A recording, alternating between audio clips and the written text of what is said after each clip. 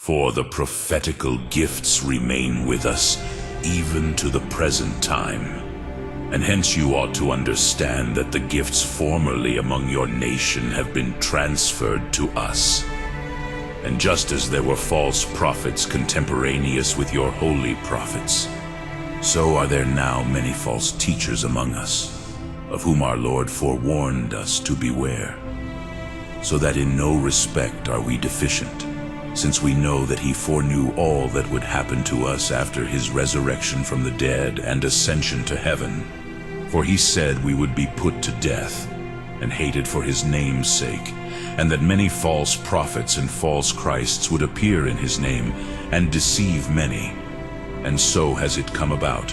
For many have taught godless, blasphemous, and unholy doctrines, forging them in his name, have taught too, and even yet are teaching those things which proceed from the unclean spirit of the devil, and which were put into their hearts. Therefore we are most anxious that you be persuaded not to be misled by such persons, since we know that everyone who can speak the truth, and yet speaks it not, shall be judged by God, as God testified by Ezekiel, when he said, I have made you a watchman to the house of Judah.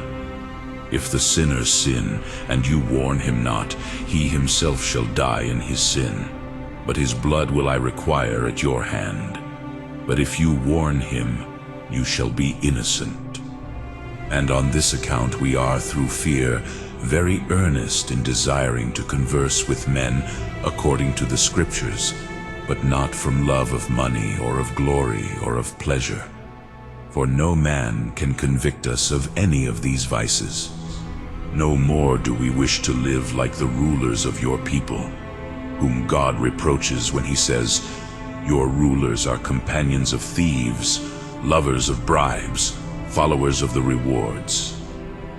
Now, if you know certain among us to be of this sort, do not for their sakes blaspheme the Scriptures and Christ, and do not assiduously strive to give falsified interpretations.